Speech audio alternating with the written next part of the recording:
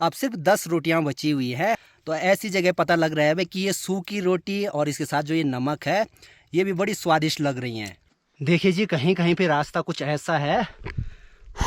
ऐसे थकान भरे सफर के बाद जब सामने अपनी मंजिल दिखाई देती है तो बड़ा सुकून मिलता है। कहते हैं कि यहाँ आसपास जो भी जड़ी बूटियां हैं इन बुग्यालों में, जब बारिश होती है तो वो बारिश का पानी इसी तालाब में जमा होता है। ऐसा लग रहा है मानो सामने जो चौखंबा पर्वत है यहाँ तालाब में भी समाया हो। देखिए जी, आने वाले कुछ सालों में हमें ये दिन बहुत याद आने वाले हैं। सभी दोस्त लोग बाहर पे बैठे हुए हैं, आग जलाई हुई है। सुबह के अभी 6 बज रहे हैं। आज की सुबह की शुरुआत हो रही है हमारी टिंगरी बुग्याल से। और सामने पहाड़ों के नज़ारे देखो भाई, बड़े सुंदर से दिखाई दे रहे हैं। ठीक सामने पूरे बर्फीले पहाड़ दिखाई दे रहे हैं अभी। बस अब थोड़ी देर में सनराइज हो जाएगा इन खूबसूरत पहाड़ों में। तो चलिए जी, आज के इस खूबसूरत दिन को शुरू करते हैं। हेलो एवरीवन, गुड मॉर्निंग, नमस्ते। स्वागत है आपका हमारे एक और नए ब्लॉग में उत्तराखंड की इस खूबसूरत जगह टिंगरी बुग्याल से।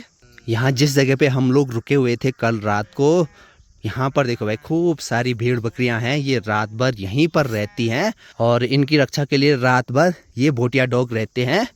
ये देखो भाई, बस अब थोड़ी देर में सनराइज हो जाएगा इन सामने वाली बर्फीली पहाड़ियों पे। और सबसे पहले धूप की किरण आएंगी ठीक इस चौखंबा पर्वत पे।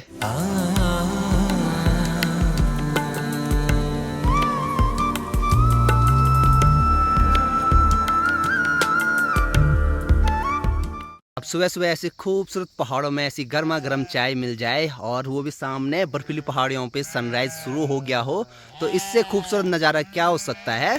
और ये वाली जो चाय है, यहाँ पर जो ये बकरियां हैं ना, तो उनके दूध की बनी हुई है। ये ठीक सामने है केदारनाथ पीक और ये यहाँ पर है मंदानी पीक और ये वाली है चौखंबा पीक। सुबह सुबह के टाइम जो बर्फीले पहाड़ एकदम सिल्वर कलर के दिखाई दे रहे थे, जैसे ही धूप की किरण उन पे पड़ी तो हल्के हल्के गोल्डन कलर के होने लग गए हैं, जो कि बड़े सुंदर से लग रहे हैं अभी। चलो चलो, जितने भी भेड़ बकरियों के बच्चे रहते हैं वो रात भर बाहर नहीं रहते हैं, वो इस मरुड़ा में रहते हैं। और जैसे ही सुबह होती है तो उन सब को इनके साथ छोड़ा जाता है दूध पीने के लिए। अब यहाँ पर जितनी भी भेड़ बकरियां ब्याह रखी हैं, तो इनके बच्चे ना जब तक ये जंगल नहीं जाते तब तक इन्हीं के साथ रहेंगे, लगभग 11-12 बजे के आसपास तक। और फिर ये इन बुग्यालों से चरकर सीधे शाम को ही आएंगे। तो शाम तक ये छोटे छोटे जो भेड़ के बच्चे बकरियों के बच्चे हैं ये फिर से मरुड़ा में ही रहते हैं। और अभी इसी वजह से ये सुबह सुबह मैं की आवाज कर रहे हैं।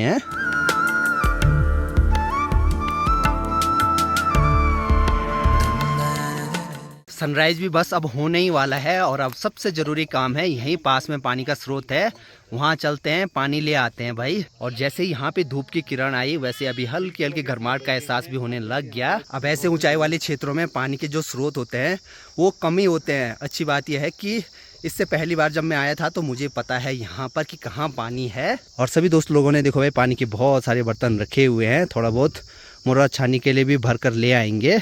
अब यहाँ पर देखो भाई, अभी एक छोटा सा कुआं है जिसमें खूब सारा पानी जमा हो रखा है। और जब मैं यहाँ आया था पहली बार तो उस टाइम पे मानसून के टाइम पे आया था, उस टाइम पे तो यहाँ पे खूब सारा पानी था। और अब मानसून समाप्त हो गया है तो जो भी पानी के स्रोत रहते हैं वो अब सूखने लगते हैं, तो इसलिए यहाँ पर अब बहुत कम पानी है।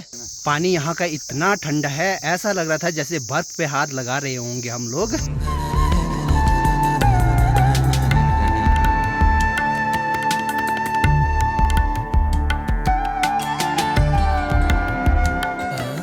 अब इस वाली सोलर लाइट ने भी कल बहुत साथ दिया। इसमें ऊपर से ये ना छोटी सी एक सोलर प्लेट लगी हुई है, तो इसको भी अभी सुबह सुबह चार्ज पे लगा देते हैं। सुबह के अभी 8:30 हो गए हैं। अब सबसे ज़रूरी काम है नाश्ता बनाना और आज हम बनाएंगे यहाँ पे गुलथिया। अब जो बुआ जी हैं उनके भी बहुत सारे काम रहते हैं, तो चलो भाई अब फटाफट आज गुलथिया हम ही लोग बनाएंगे यहाँ पर। अब ऐसी जगह गुलथिया सबसे बढ़िया खाना है क्योंकि रोटी बनाने में तो अभी टाइम लगने वाला है। और गुलथिया को खीनेंगे हम इससे, इसको बोलते हैं ढवीलू। तो मस्त से इस वाली कढ़ाई पे बनाएंगे गुलथिया। यहाँ पे अभी तेल डाल दिया है।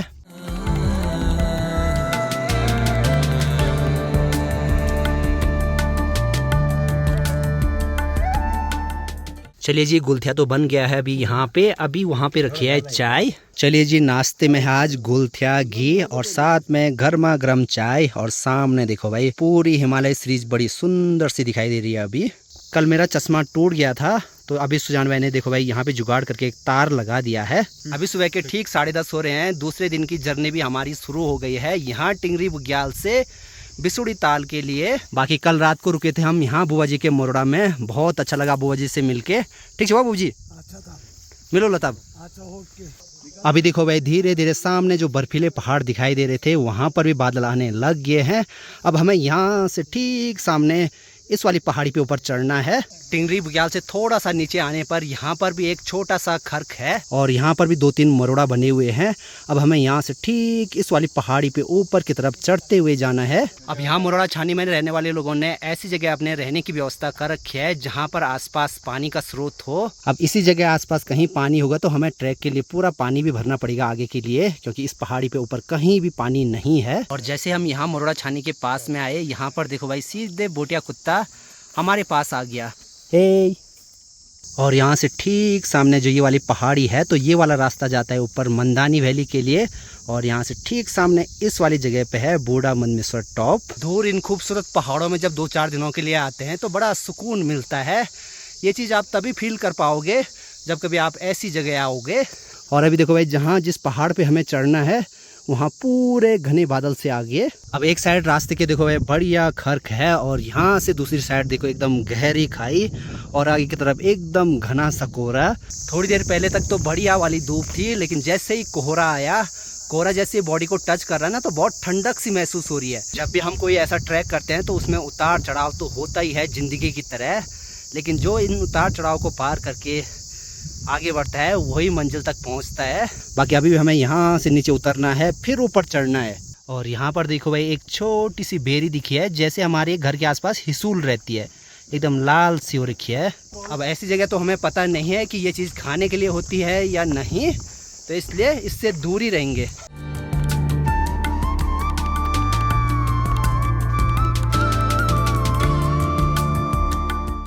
खड़ी चढ़ाई वाला रास्ता शुरू हो गया है। अब ऐसे में ना यहाँ पे आराम आराम से जो कछुआ चाल होती है वैसे चलना पड़ेगा। आराम आराम से चलेंगे तो थकान भी नहीं लगेगी और आसानी से पहुँचते भी रहेंगे हम लोग ऊपर की तरफ। आसपास ये है रंगेला की झाड़ी। कुछ टाइम पहले तक ये रंगेला पके रहे होंगे। और यहाँ पे देखो भाई बुरांस के पेड़ की टहनी पे एक रंगेला का फल गिरा होगा, एकदम सूख सा रखा है ये। आज के दिन की अच्छी बात यह है कि जैसे इस चढ़ाई वाले रास्ते पे अभी हम लोग आए, चारों तरफ एकदम घना कोहरा लग गया, तो इसलिए तेज़ धूप नहीं हो रही है। अगर तेज़ धूप होती तो हालत ख़राब हो जाती है यहाँ पे। देखिए जी, कभी कभी किस्मत ऐसी होती है। और अभी यहाँ पे ना कैंडीज मांगी कुछ, तो ये देखो भाई एक के अंदर 2 हैं। धीरे धीरे देखो भाई जो ट्री लाइन है वो पीछे छूटती जा रही है और यहाँ से एकदम मखमली बुग्याल शुरू हो गए हैं। जब इस वाली जगह पे मैं पहली बार आया था तो यहाँ आसपास बहुत सारे मोनाल दिखे थे। अब आगे बढ़ते हुए यहाँ पर एकदम हरी हरी ककड़ी खाते हैं और उसके बाद बढ़ते हैं भाई आगे। और ये वाली ककड़ी आई थी ऋतिक के घर से। सच बोलो तो ककड़ी पे घर का पिसा हुआ नमक लगा के मुंह में पहले ही पानी आने लग गया।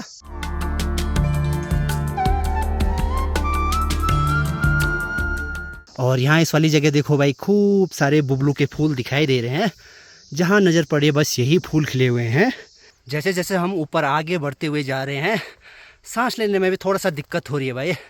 अब ऐसी जगह ना पेड़ पौधे नहीं हैं तो थोड़ा सा ऑक्सीजन की कमी तो रहती है। बाकी चारों तरफ देखो भाई अब ऐसी छोटी छोटी घास दिखाई देने लग गई। और जैसे जैसे हम और ऊपर जाएंगे ये घास भी सूखती हुई नज़र आएगी हमें, क्योंकि वहाँ पर ठंड रहती है।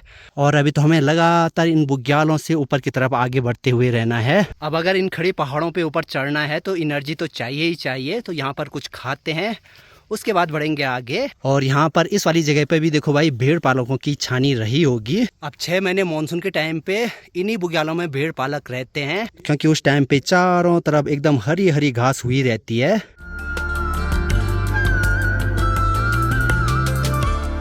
ठीक सामने कोई जानवर मर रखा है तो इस वजह से ना यहाँ आसपास बहुत सारे गरुड़ घूम रहे हैं। यहाँ पर देखो भाई किसी जानवर का बड़ा सा कंकाल है, ये शायद उसके सर का है। दिन के अभी ठीक 2 बज रहे हैं। खड़ी चढ़ाई वाला एक पैच था यहाँ पे, उसको कंप्लीट कर दिया है। अब यहाँ की घास देखो भाई एकदम मखमली जैसी लग रही है। आगे बढ़ते हुए यहाँ पर एक छोटी सी गहरी खाल दिखी है जहाँ पर की खूब सारा पानी जमा हो रखा है। बस अब आज के दिन की सबसे खड़ी चढ़ाई है, यहाँ से लेकर वो ऊपर टॉप तक। हम लोग तो इस वाली जगह से आए, लेकिन यहाँ पर देखो भाई एक और पानी की खाल है बनी हुई यहाँ पे। और यहाँ बुग्यालों में देखो भाई छोटे छोटे फूल खिले हुए हैं एकदम नीले कलर के। अगर हम लोग मानसून के टाइम पे आते तो यहाँ पर बहुत सारे रंग बिरंगे फूल देखने को मिलते, लेकिन अब ठंड की वजह से सारे फूल सूखने से लग गए। बाकी यहाँ इस वाली धार से देखो भाई सामने एकदम गहरी सी घाटी दिखाई दे रही है और यहीं से आगे की तरफ बढ़ना है हमें।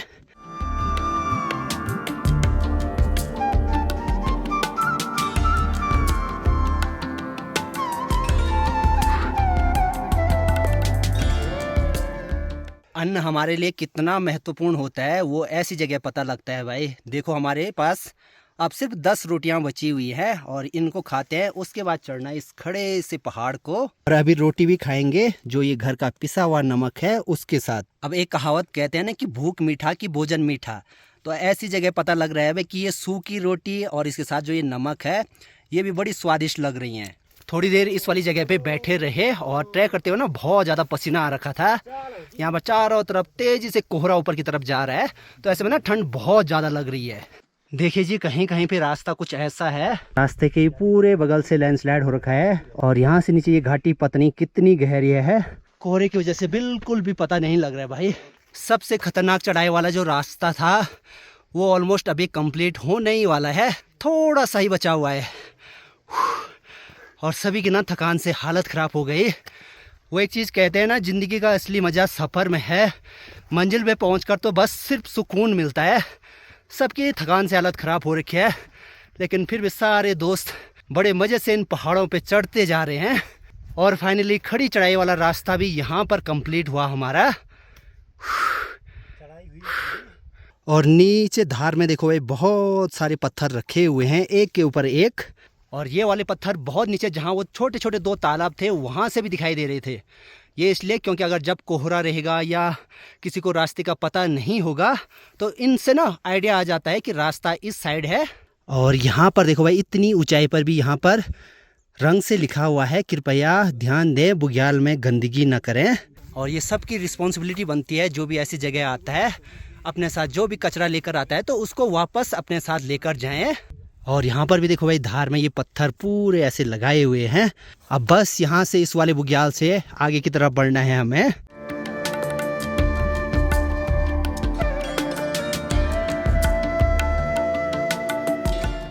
बस अब आज सामने जो ऊपर टॉप दिखाई दे रहा है वहीं तक अभी हमें इस पहाड़ को चढ़ना है और उसके बाद वहाँ से हल्का नीचे की तरफ। अब यहाँ पर इन बुग्यालों में देखो मुझे एक पंख दिखाई दिया, तो ये है भाई मोनाल का पंख। बस चढ़ाई वाला रास्ता कंप्लीट हो गया है जी, बस यहाँ से अब आगे की तरफ बढ़ना है ऐसे ऐसे करके। हाँ हाँ हाँ, बस हम लोग अब आज की अपनी जो मंजिल है उसके बिल्कुल पास में पहुँचने वाले हैं। बस यहाँ से देखो भाई ठीक नीचे ये यहाँ पर बिसुड़ी ताल दिखाई देने लग गया है। ऐसे थकान भरे सफ़र के बाद जब सामने अपनी मंजिल दिखाई देती है तो बड़ा सुकून मिलता है।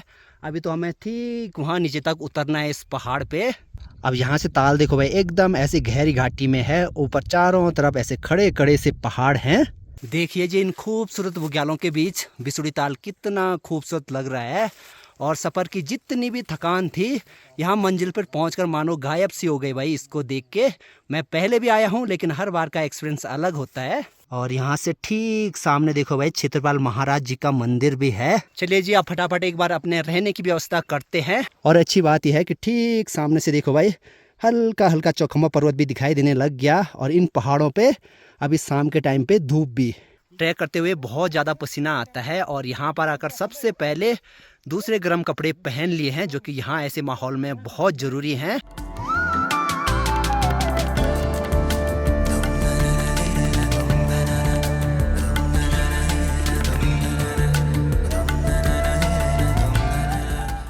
और अभी शाम के टाइम पे सामने चौखंबा पर्वत पे धूप की आखिरी किरण पड़ रही है जो कि बहुत प्यारी लग रही है। और सामने चौखंबा पर्वत की जो रिफ्लेक्शन है वो यहाँ तालाब में भी बन रही है। ऐसा लग रहा है मानो सामने जो चौखंबा पर्वत है यहाँ तालाब में भी समाया हो। अब बिसुड़ी ताल का जो पानी है वो बहुत पवित्र माना जाता है। कहते हैं कि यहाँ आसपास जो भी जड़ी बूटियाँ हैं इन बुग्यालों में जब बारिश होती है तो वो बारिश का पानी इसी तालाब में जमा होता है और इसका ना बहुत रोगों में उपचार भी होता है। बाकी इस वाली जगह पे ये तालाब है और ऊपर देखो भाई चारों तरफ एकदम ऊंची ऊंची पहाड़ियाँ हैं।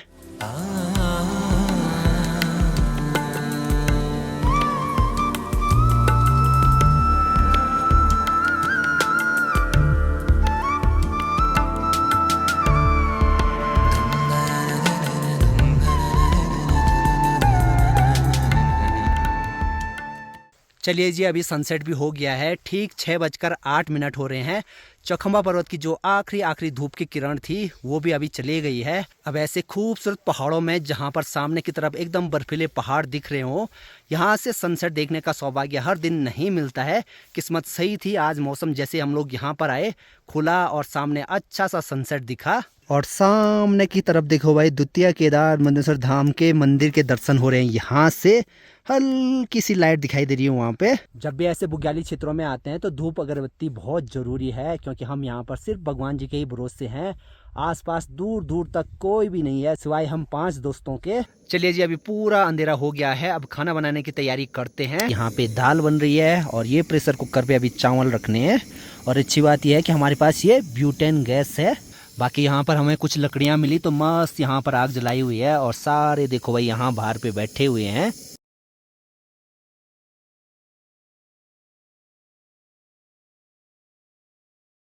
देखिए जी, आने वाले कुछ सालों में हमें ये दिन बहुत याद आने वाले हैं। सभी दोस्त लोग बाहर पे बैठे हुए हैं, आग जलाई हुई है, ढेर सारी गप्पें लग रही हैं, खाना बन रहा है और आसमान भी एकदम साफ है। इतने सारे तारे यहाँ से दिखाई दे रहे हैं। ऐसा मौका तभी मिल पाता है जब हम लोग ऐसे ट्रैक पे निकलते हैं। देखिए जी, अभी रात के 8:30 हो रहे हैं। हमारा खाना बनकर भी तैयार हो गया है। मस्त से दाल, चावल, पापड़ और साथ में है हरी मिर्च। चलिए जी, फिलहाल आज के ब्लॉग को यहीं पे एंड करते हैं। बहुत बढ़िया सफर रहा हमारा आज का। मिलते हैं आप लोगों से नेक्स्ट ब्लॉग में। तब तक के लिए हंसते रहिए, मुस्कुराते रहिए। जय हिंद, जय भारत, जय उत्तराखंड। बाय।